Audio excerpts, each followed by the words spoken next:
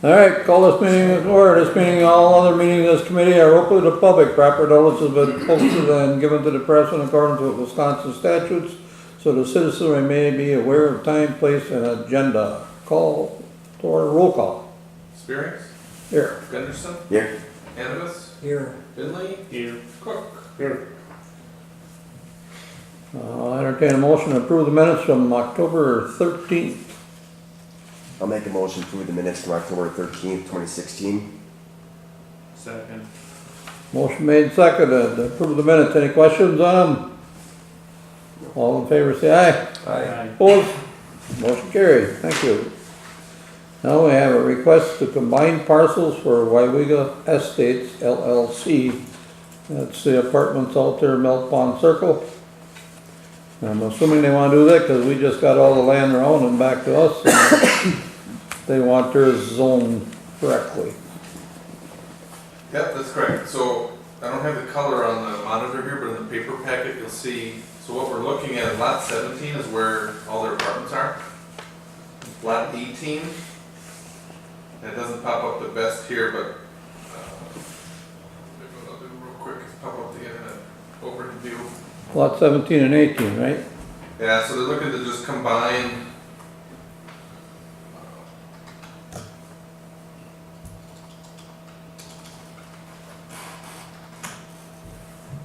Damn computers. I can't find a phone number on mine when I'm looking.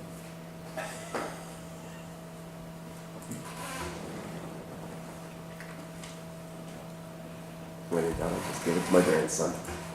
Yeah. Figure it out. Yeah, that's exactly right.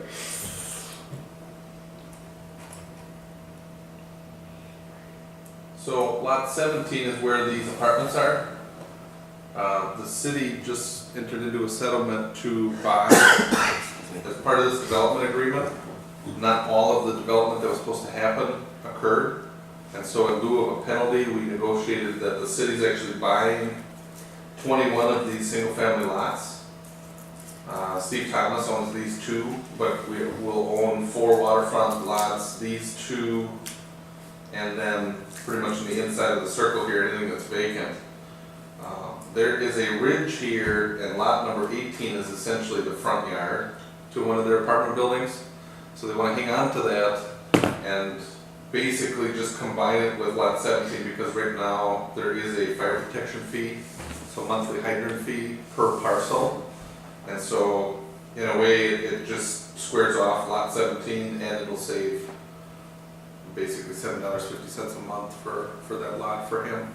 But he doesn't intend on building at all. It's kind of an awkward setup. It's basically just to establish his front yard. So does that make sense? Yeah. Anybody got questions on it? Kind of self-explanatory. So we'd be looking for a motion then, if this is acceptable, to recommend approval of the parcel combination for Weyauwega Estates. I make a motion to combine lot 17 and 18. I'll second it. Motion made, seconded to combine the 2 parcels for Weyauwega Estates LLC. Any more questions? All in favor say aye. Aye. Opposed? Thank you. Motion carried. Now we're gonna go to the zoning for discussion on Weyauwega Drive-In, which is really a weird thing. In doing some, well, it's listed for sale right now, and when the realtor started looking at how it's put out on the map and how it's zoned in the city, he found out it's where it's zoned, it's illegal to have a restaurant. Well, illegal to have a drive-in restaurant.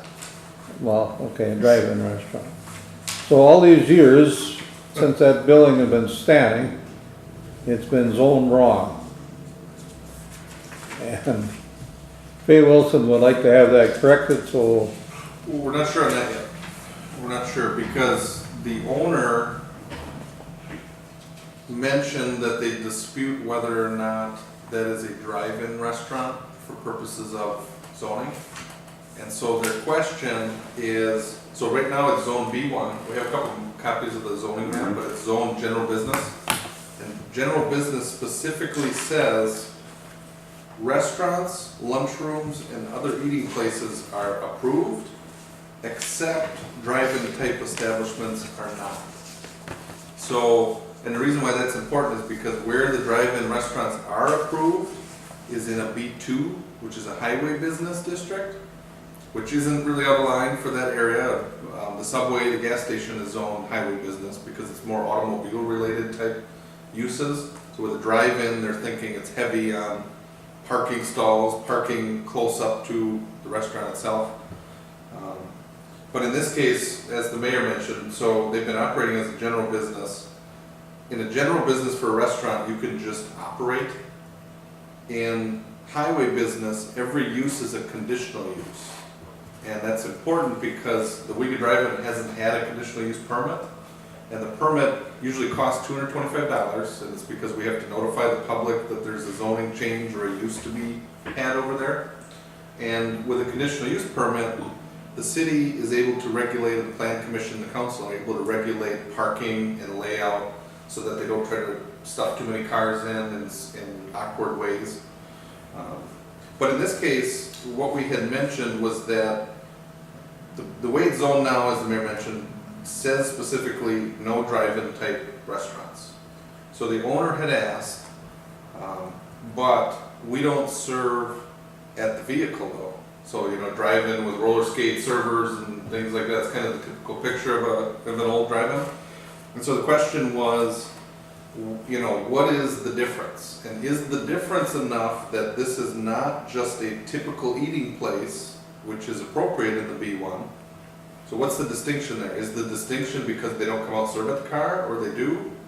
And if you look a little bit further in our ordinances, it lists a drive-in restaurant as an establishment used for the sale, dispensing, or serving of food, refreshments, or beverages in or on disposable plates and cups, including those establishments where customers may serve themselves and may eat and drink the food on or off the premises.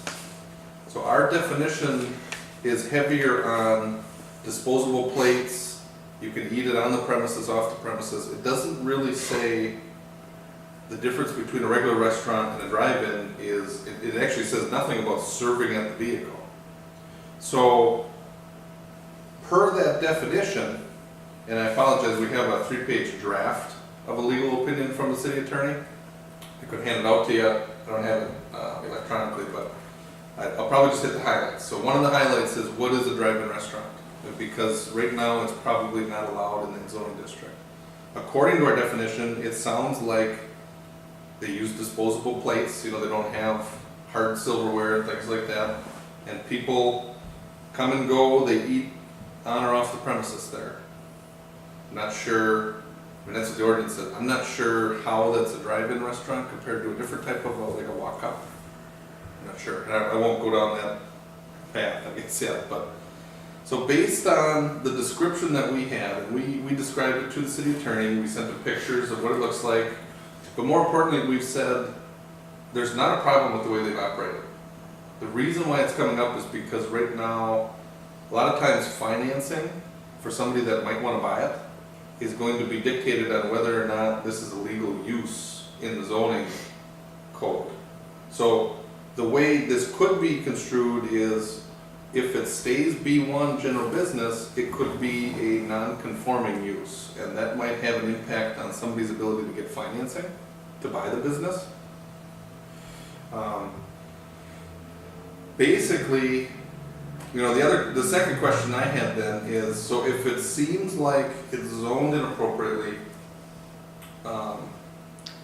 is the property owner who is thinking that it might be zoned appropriately, might just be a regular restaurant, is the property owner the guiding or driving force on how it's zoned? Typically when there's a zoning change, it's the property owner that requests it. In this case, the property owner is just trying to clarify, and the realtor is trying to clarify how is it zoned and how is it appropriate. It's basically the opinion of the city attorney that based on our drive-in restaurant definition, this is a drive-in restaurant. From there then, Would this then be an existing non-conforming use, or would there be some type of grandfathering? I'm not sure, but like I said, I don't know that anybody's had any problems with the way it's been run. One of the fears, I think, of the property owner, I don't want to speak for them, but one of the fears is, now that this has sort of come to light, they understand that for a zoning change, there's a $225 fee, which we talked about, I think, 2 meetings ago, maybe last meeting. Last meeting. And for this type of use in a highway business, there's typically a $225 fee for conditional use. So this is more of an update only. I think last month we had talked about this situation coming up. If there would ever be a zoning change, there has to be a public notice to the neighborhood, and that usually requires time. And if there's ever a conditional use request that comes in, there has to be a public notification too, so that requires time. So we can't, neither one of those, I don't think the city can drive, because we can't apply for a zoning change for somebody, and we can't apply for a permit for somebody. So a lot of that info has to probably be shared with the property owner. But a lot of this, and a lot of their concern is just if they would find somebody that's going to buy it, because they're more aggressively marketing it now, if they get somebody that's gonna buy it, can we get this straight? I don't think we would have a problem with a zoning change if that's what we need, and I don't think we would have a problem with a conditional use permit either to a new owner. Now, I think we talked last month that if we have to change the zoning and if we have to get a permit for the current owner, I'm assuming that they're going to be asking about the fees involved and whether or not there's some leeway. And while I can't answer that question here, you guys could in the future, but it makes sense that it's been operating a certain way, and it's been operating that way because of the city's zoning. Yes, sir. So if it changes to a different zone, what changes? Some conditional what? Yeah, so there's and I could probably pull it up on the screen, but under our zoning, there is some businesses that are listed as just a regular permitted use, which is what a restaurant is. So you can open up a restaurant next door, just be in business. There's some uses, and in the highway business district, which is what allows for the drive-in, every one of those uses is a conditional use. And a lot of times, because it's more vehicular related, if you're gonna have an auto body shop or a repair shop, the city council gets the ability to put conditions on sound, stuff out in the yard, parking. Okay. So a conditional use is, it's not really any different, it's still an allowed use. It's just that, in this case, if somebody would run a drive-in, we would be able to say, okay, what's your parking plan, what's your seating plan? Are you do you have people sitting in the road, sitting on the sidewalk? You can condition that, and then if the business doesn't follow the conditions, you have more enforcement to be able to make them change, or Gotcha. does that help? Yep. Okay. So again, at the end of the day, we haven't had a problem with this operating there. It's been operating forever, and I think it's been a very good thing for the community. It's just they called and asked, hey, we're selling it aggressively. What are the ramifications of the zoning? And that's how we got to where we're at. So knowing that we had the parcel combination, we figured we'd put the opinion out there. Now, the other side of this is that potentially the property owner might disagree that they're not a drive-in restaurant, and if they are,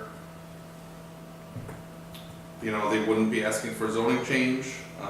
They could continue as a existing non-conforming use, but some of the ramifications of that are if they would ever repair the building, if they have to repair or add on, they may be disqualified for permits to do that, because if you don't conform to the zoning you're in, we don't issue permits to allow you to expand on your non-conforming use, if that makes sense.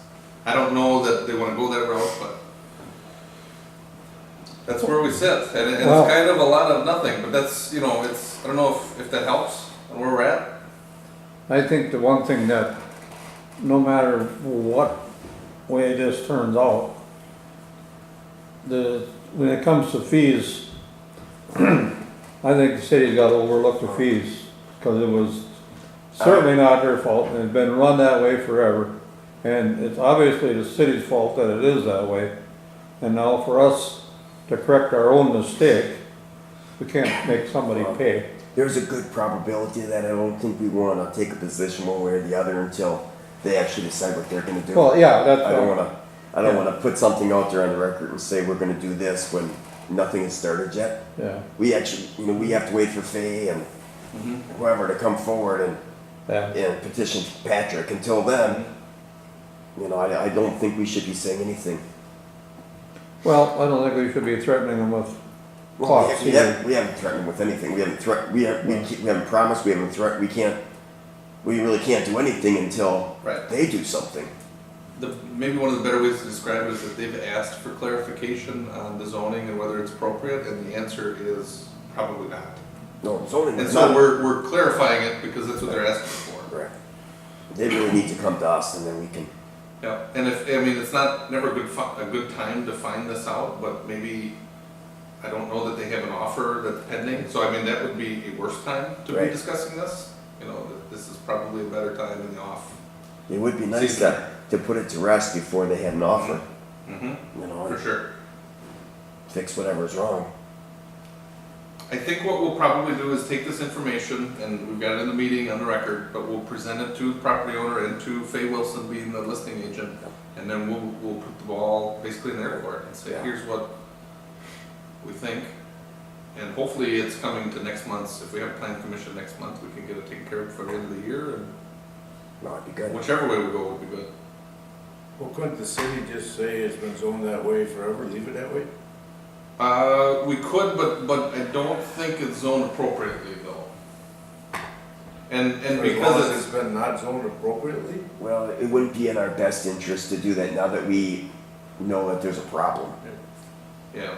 We Yeah, should fix that's, the and it's problem. hard to find, so we tried to look, there was like a zoning update in 03, 05, 2010, and in 2005, it's been zoned this way, so it's been, I don't know that we've been able to track down when this zoning was placed on, but, it's easy for me to say it was well before my time, but there was an oversight, I think, somewhere, because it very clearly says no drive-in type establishments. And that's the way it was zoned, and it was zoned, that's the only piece of property in that whole area over there that's zoned that way, so it's not like the whole neighborhood was business, that's it. So, Funky. it's very Oh, strange. so I can stop eating all paper plates because I'm over there. Finally, get new dishes. All right, So that's all I've got then. I do appreciate you guys getting together, and I appreciate you, considering this info, and then we'll leave it up to the property owner from there. such other matters as authorized by law, anybody else got anything? I move to adjourn. I second that. Motion made and seconded to adjourn, all in favor say aye. Aye. Aye. Aye. Thank you, gentlemen, Thank you very much, appreciate for it. all showing up.